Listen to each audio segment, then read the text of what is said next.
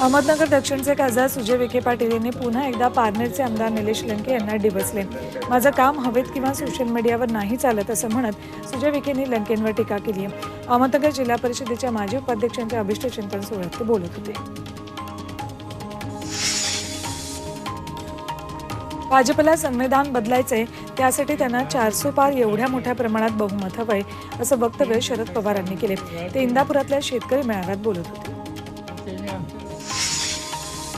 शिवा संघटनेचे अध्यक्ष मनोहर धोंड यांनी आंबेडकरांची भेट घेतली। सेवा जनशक्ती पक्षाच्या नावानं लोकसभा निवडणूक लढवण्याबाबत इच्छा व्यक्त केली। नांदेडसह वेगवेगळ्या पक्षांसोबत राज्यात इतर ठिकाणी निवडणूक लढवण्याची इच्छा त्यांनी आंबेडकरांकडे व्यक्त केली। वंचित बहुजन आघाडी देखील सांगली लोकसभा लढवण्यास तयार आहे। महाविकास आघाडीमध्ये सांगलीच्या जागेवरून वाद सुरू आहे। सांगलीबाबत महाविकास आघाडीचा निर्णय न झाल्यास सांगलीची जागा अमृत नोनी आर्थो प्लस, ये एक प्रूवन फॉर्मूला है। इसमें मौजूद नोनी फल के गुण और आयुर्वेदिक जड़ी बूटियां शरीर को जरूरी पोषक तत्व देने के साथ साथ हड्डियों और जोड़ों के घिसने, उनमें होने वाले सूजन और दर्द को रोकने में मदद करता है। दर्द मुक्त जीवन के लिए अमृत नोनी आर्थो प्लस तयार असल्याचं त्यांनी सांगितले। सांगलीतून 4 ते 5 इच्छुक उमेदवारांची नावं प्रकाश आंबेडकरांना पाठवल्याचं वंचितच्या उपाध्यक्षांनी सांगितलं। दारू घोटाळ्याप्रकरणी ईडी कस्टडीत असलेले दिल्लीचे मुख्यमंत्र्यांनी कस्टडीतून सरकारचं कामकाज सुरू ठेवले।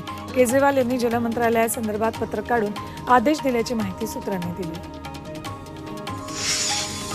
दिल्लीत केजरीवाल यांच्या समर्थनार्थ महिलांनी आंदोलन केलं। ITO फ्लायओव्हरवर महिलांनी मोदींविरोधात जोरदार घोषणाबाजी केली। त्यावेळी पोलिसांकडून महिलांना हटवण्याचा प्रयत्न झाला, मात्र महिला फुटओव्हरवरच ठाण मांडून बसल्या। नाशिकमध्ये कांद्याचे दर 200 रुपयांनी घसरलेत। लोकसभा निवडणुकीच्या तोंडावर खबरदारी म्हणून केंद्र सरकारनं निर्यात बंदीला मुदतवाढ दिली।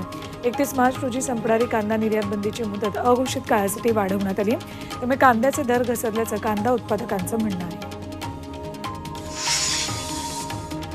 महाबळेश्वरमध्ये रानगव्यांच्या धुमाकुळात स्ट्रॉबेरीच्या शेताचं मोठं नुकसान झालंय। लिंगमळा परिसरातील शेतांमध्ये रानगवे घुसले होते। अनेक दिवसांपासून महाबळेश्वर ते पाचगणी रस्त्यावर रानगव्यांचा वावर वाढलाय। वन विभागानं तातडीनं बंदोबस्त करण्याची मागणी शेतकऱ्यांनी केली। गोंदिया शहरातील मुख्य बाजारात अतिक्रमण हटाव मोहीम राबवण्यात आली। कारवाईत रस्त्यावरील दुकानं हटवण्यात आली, तर दुकानातील साहित्य जप्त करण्यात आले। यावेळी अतिक्रमण हटवणारे कर्मचारी आणि दुकानदारांमध्ये बाचाबाची सुद्धा झाली। त्यामुळे काही काळ बाजार परिसरात तणावाचं वातावरण निर्माण झालं। साताऱ्यात वाहतुकीचे नियम तोडणाऱ्यांवर वाहतूक पोलिसांनी कारवाई केली। कर्कश आवाज करणाऱ्या दुचाकी पोलिसांनी जप्त केल्यात। 56 सायलेन्सर आणि 15 हॉर्नवर पोलिसांनी रोड रोलर फिरवलाय। अनेक दिवसांपासून कर्कश हॉर्नमुळे सातारा शहरातील नागरिकांना नाहक त्रास सहन करावा लागत होता। रायगडच्या महाडमधील ओढ्याला प्रदूषणाचा फटका बसलाय।